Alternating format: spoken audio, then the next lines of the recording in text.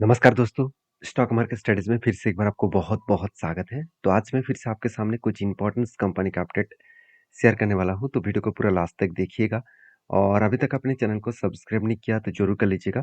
Continuously information और updates पाने के लिए चैनल के ऊपर बने रहिएगा। तो चलो देख लेते हैं कौन सा कंपनी है इस वीडियो के अंदर। फर्स्ट जो कंपनी है जिसके बारे में चर्चा करूँ, उसका नाम है इन्फो एज। देखिए इन्फो एज के ऊपर में बहुत पहले से ही मैं अपडेट आपको दे रहा था कि जब इस कंपनी की एक कप विद हनी पैटर्न्स बना था, तब मैंने आपको बताया कि इस लेवल को जब ब्रेकआउट करेगा तो एक अच्छा खासा धमाका होगा। तो फाइनली पिछले दिनों में एक अच्छा खासा धमाका हुआ, अराउंड 10% से भी ज़्यादा एक दिन में जंप देखने को मिला। तो इसके पीछे क्या रीज़न है, वो सबसे पहले मैं आपको बता देता हूँ। देखिए, कुछ अपडेट्स हैं जो मैं आपके साथ शेयर करूँगा। आप देख सकते हैं Info Edge India hit more than 2 years high on strong bullish growth. मतलब ये बताया जा रहा है कि लास्ट 2 सालों में 2 ईयर्स से कंपनी के कुछ कुछ खास परफॉर्मेंस नहीं हुआ। मैं पहले ही बोल चुका हूँ, कुछ कंपनीज़ में ऐसे होता है 1 साल, 2 साल, 3 साल, 5 साल तक एक ही रेंज के ऊपर वो काम करते हैं। तो एक ही रेंज के ऊपर काम करने के बाद फाइनली जब ब्रेकआउट होता है तो एक अच्छा खासा धमाका देखने को मिल जाते हैं। तो इन्फोसिस ने क्या किया, 2 साल की जो लेवल था उस स्ट्रॉन्ग लेवल को वो ब्रेक किया। तो इसलिए कंपनी बहुत ज़्यादा बुलिश की सिचुएशन में देखने को मिला है।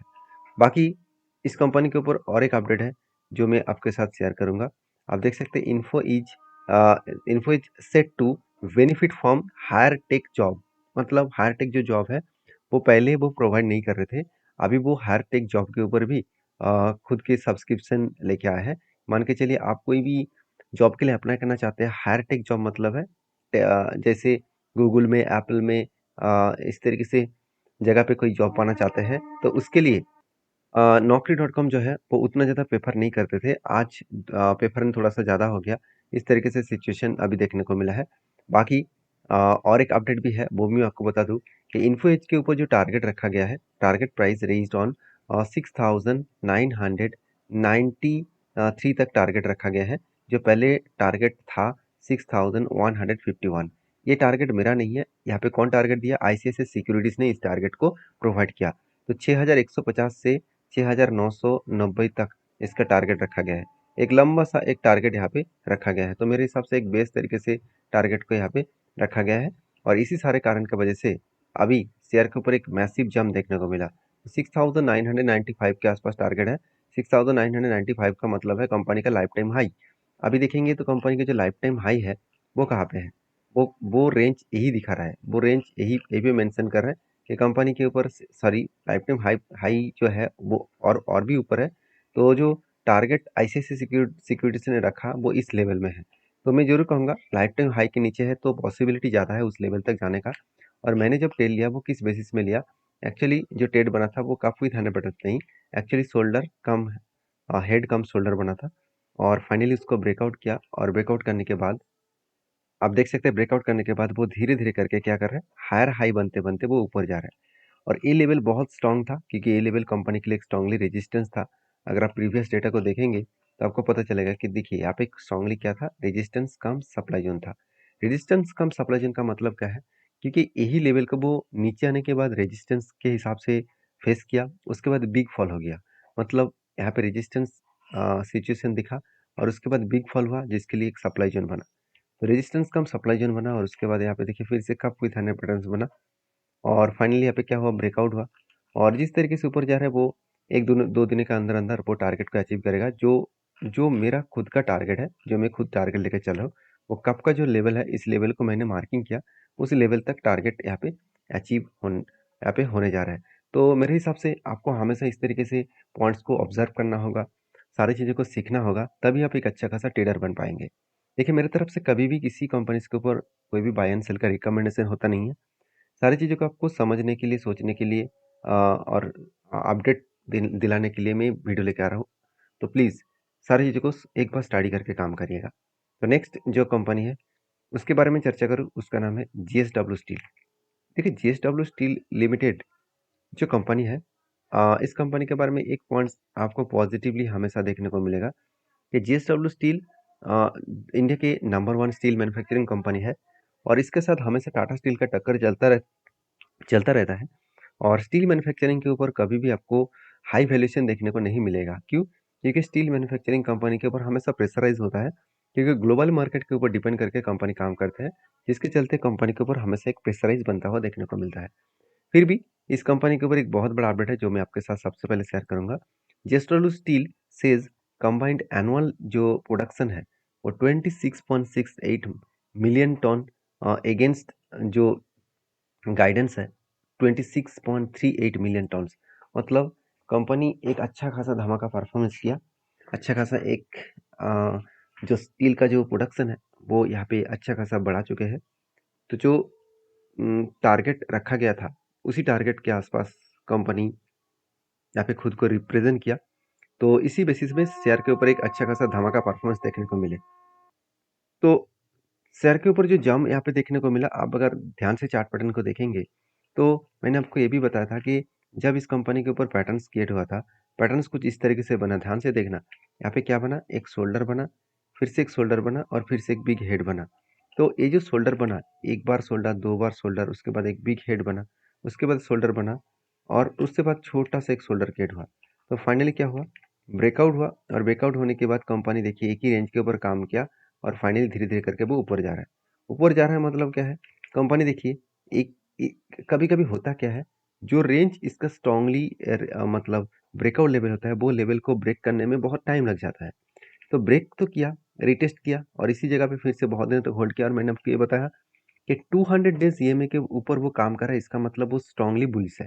तो फाइनली देखिए धीरे धीरे करके ऊपर जा रहा है और मुझे लग रहा है यहाँ पे जो प्रीवियस इसका हाई है, प्रीवियस जो स्ट्रांगली यहाँ पे एक रेजिस्टेंस है, इस रेजिस्टेंस को ब्रेक कर पाएंगे।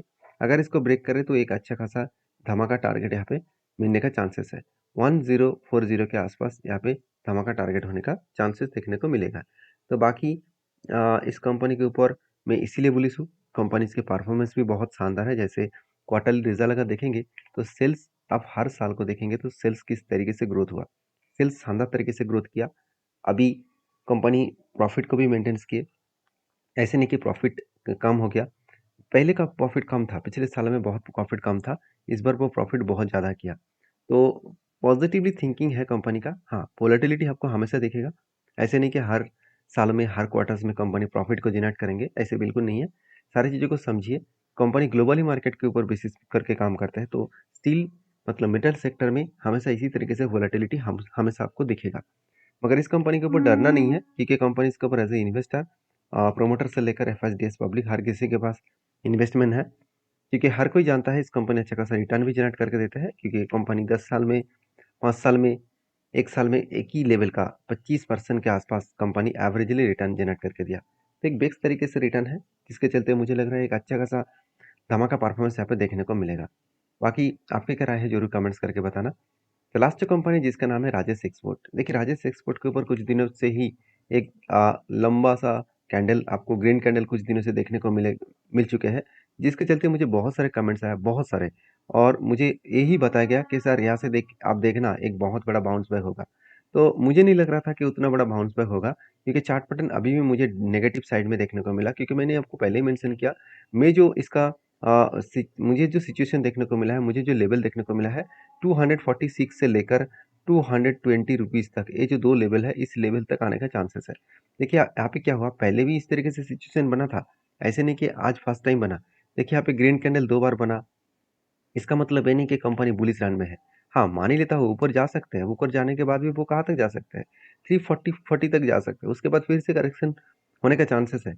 ऐसे नहीं कि वो ऊपर ही चला जाएगा, क्योंकि जब तक वो सपोर्ट लेवल तक नहीं आएगा तब तक कुछ कुछ क्वांटिटी यहाँ पे जो लोग सेलिंग करके रखे हैं, जो लोग सेलिंग पर्पस में काम कर रहे हैं, वो अभी तक प्रॉफिट बुकिंग नहीं किया, तो वो और भी सेल करना चाहेंगे, क्योंकि जो जब देखिए जब बाइंग कैंडल आया, जब यहाँ पे बाइंग हुआ तो वॉल्यूम तो अच्छा है, मगर नेक्स्ट जो कैंडल बना वो छोटा छोटा है। मतलब क्या है, तो एक दिन बायर बहुत ज़्यादा बाइंग किया, उसके मतलब सेकेंड दिन में बायर एक्टिव नहीं था, तो इसका मतलब सेलर अभी भी प्रेशर इसमें है।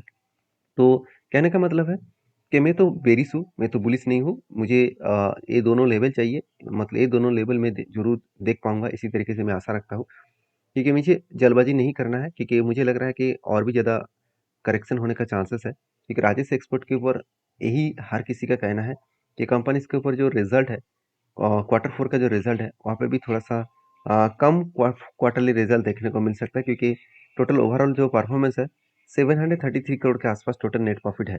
तो वो भी किसका, टीटीएम मतलब टिल टू मंथ, करंट जो ईयर चल रहा है उस हिसाब से, करंट जो टाइम पीरियड चल रहा है उस हिसाब से देखा है तो कंपनी के ऊपर टोटल जो प्रॉफिटेबिलिटी है वो यहाँ पे डाउन साइड में देखने को मिला। तो इसके कारण मुझे लग रहा है थोड़ा सा प्रेशराइज अभी भी देखने को मिला है। तो इस कंपनी के ऊपर रिसर्च करिए और आपका क्या डिसीजन है जरूर मुझे कमेंट्स करिए। देखिए टोटली वीडियो एजुकेशन पर्पस में था, मेरे तरफ से कोई भी बाय एंड सेल का रिकमेंडेशन नहीं है। अगर आपको काम करना है तो प्लीज़ एक बार रिसर्च करके सारे सारे डेटा को एक बार रिसर्च करके ही काम करना। तो मिलते हैं नेक्स्ट वीडियो में, तब तक के लिए धन्यवाद।